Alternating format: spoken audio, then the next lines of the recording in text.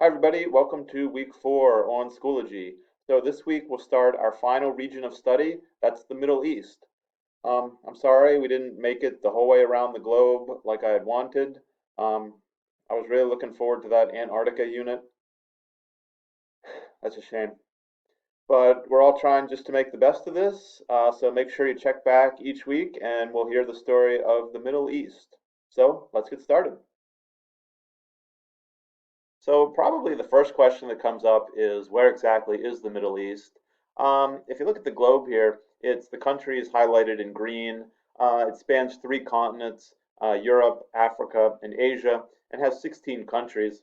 Probably the next question is, well, why do they call it the Middle East? It's a European term. Asia was thought of as the Far East, and so this area was kind of in the middle of that, so it's the Middle East. These are the 16 countries that are usually said to encompass the Middle East. I'll start the story in 600. The history, especially the modern history of the Middle East, has been heavily influenced by Islam. Islam started in the early 600s by a man named Muhammad. Muhammad became troubled by the wealth gap in society, and he went into the hills to meditate. According to Muhammad, on one of these trips he was visited by the angel Gabriel, who said he had a message from God. In Arabic, God is Allah. He believed Allah had spoken to humans before, Jesus and Moses, for example. However, he believed that the angel Gabriel was giving him the final revelations of God. So these revelations would be recorded in the Quran. That's the holy book of Islam. Uh, this book includes the ethical guidelines and the laws by which Muslims are to live their life. Muslims, I mean followers of Islam. After 3 years of preaching, Muhammad had 30 followers. Eventually, he would come to have 10,000 followers. Muhammad had become a religious, political, and military leader, and Islam was spreading across the Middle East.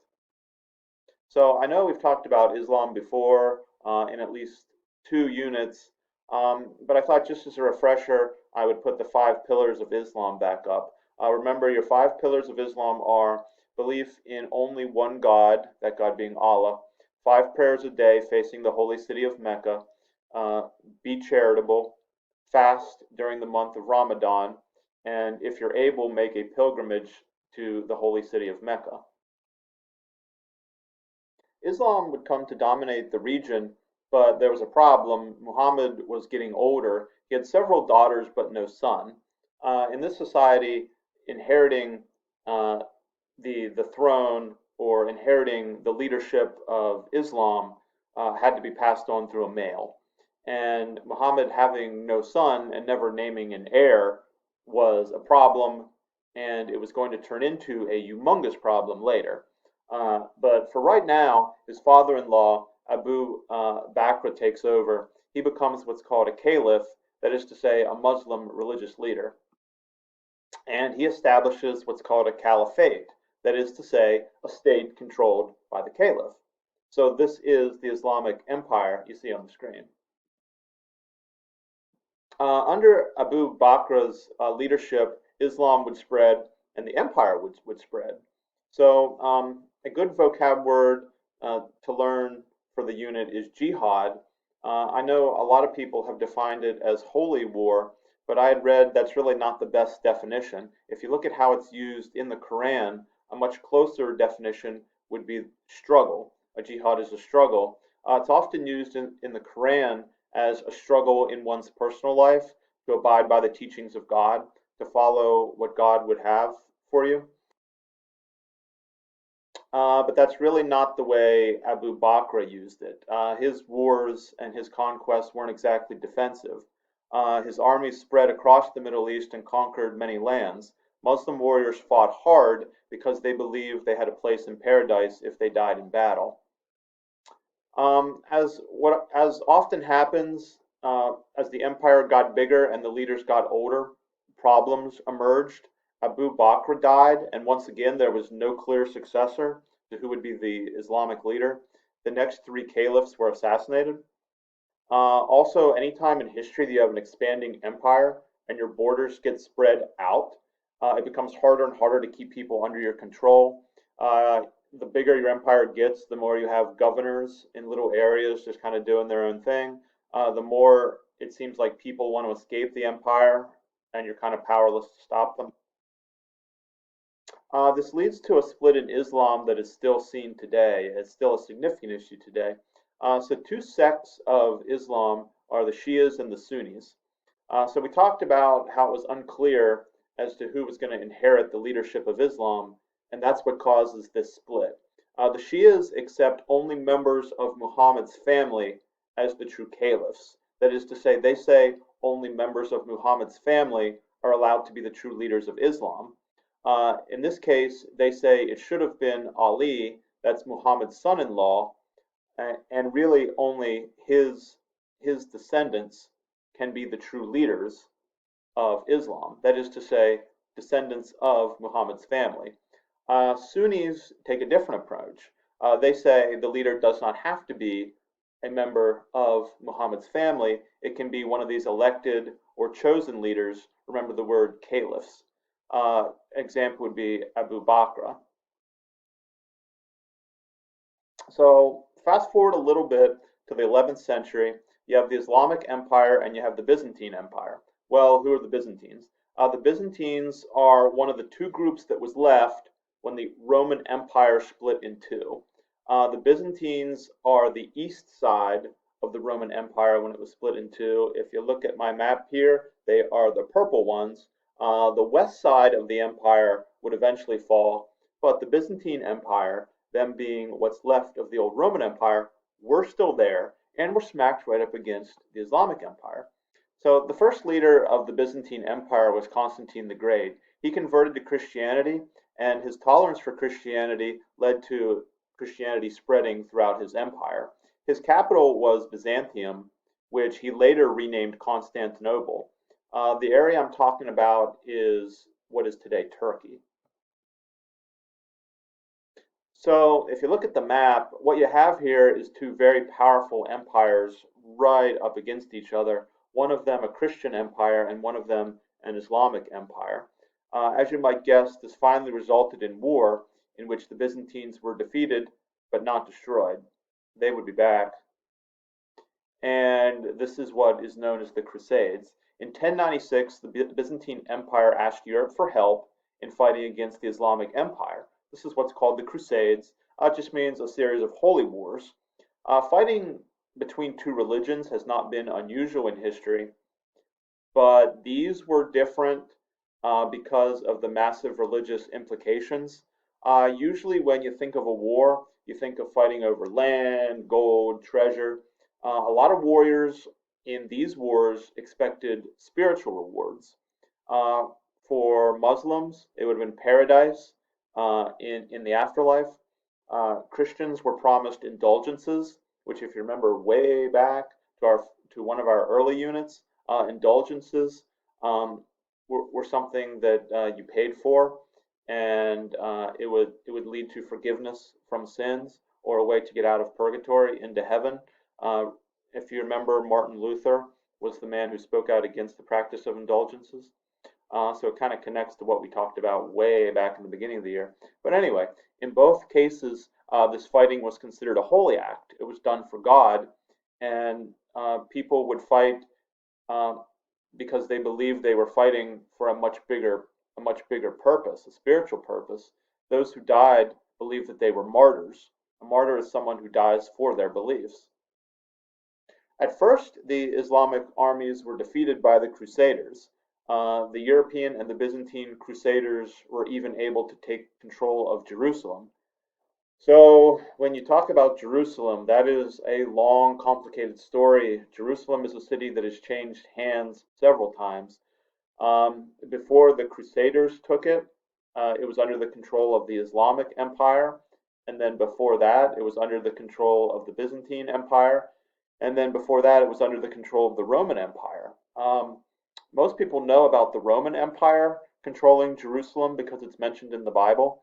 You remember the Roman Empire put Jesus on trial and crucified him in the year 33 AD. It was after that under Byzantine control, and then after that under control of the Islamic Empire. and then in the Crusades, it was taken over by the Crusaders. It's considered holy land to three religions. For Jews, it's often interpreted as the promised land mentioned in the Bible. It's also the home of King Solomon's first temple. For Christians, it's the site of the crucifixion of Jesus. And for Muslims, it's the site where Muhammad is to have ascended into heaven. So it's long been fought over. I'll get a little bit more into that probably next week in the lesson. But in 1169, a new Muslim leader came to power. This is Saladin. He took control and expanded the empire even further, this time into Egypt. And you might guess where this story is going. He decided he would make a run at conquering Jerusalem and returning it to the Islamic Empire. In 1177, Saladin made an attempt at conquering Jerusalem. He was defeated by King Baldwin and the Knights Templar. King Baldwin IV, he was for a while the ruler of Jerusalem. Um, he was diagnosed very early in his life with leprosy. He was playing with his friends. They were roughhousing, trying to hurt each other. And according to the story, he wasn't feeling any pain when his friends would try and hurt him. And that alarmed the teacher. I mean, that would be alarming to anyone. Um, but it especially alarmed the teacher because he knew that was a sign of leprosy. Leprosy is a bacterial infection. It damages the nerves, it damages your skin and your eyes. Symptoms are often muscle weakness and a loss of feeling. It can cause sores, disfigurement, and death. Nowadays, with it being a bacterial infection, it can be treated and cured. Back then, not. Um, King Baldwin is often presented in pop culture as wearing a mask to cover up his sores from leprosy. I don't know that this was true. I don't think he would have worn a metal mask. Something like that would have been heavy. I'm sure hard to keep on, probably hard to breathe through. But it's often how he's depicted, um, uh, being a king that had leprosy. And he had assistance in defending the city from the Knights Templar. They were created in 1118 at the urging of a previous king, Baldwin. The Knights were to protect pilgrims, in other words, people making a religious journey to Jerusalem. They would become the most feared warriors of the Crusades. You can always recognize them in pictures, and I'm sure on the battlefield at the time.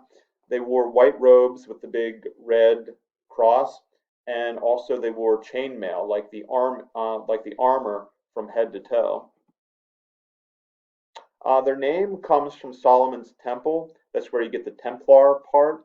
The Templar are the order of Solomon's temple. They're headquartered at the Temple Mount in Jerusalem. Um, they are supposed to have combined the fearlessness of the world's best warriors with the religious discipline of a monk. They would supposedly would not retreat. They lived by a strict religious code. A part of that was prayer, where they would ask forgiveness for this violence. They kept limited possessions. It is like combining a warrior and a monk. They're known for a lot of victories in battle, despite almost always being outnumbered.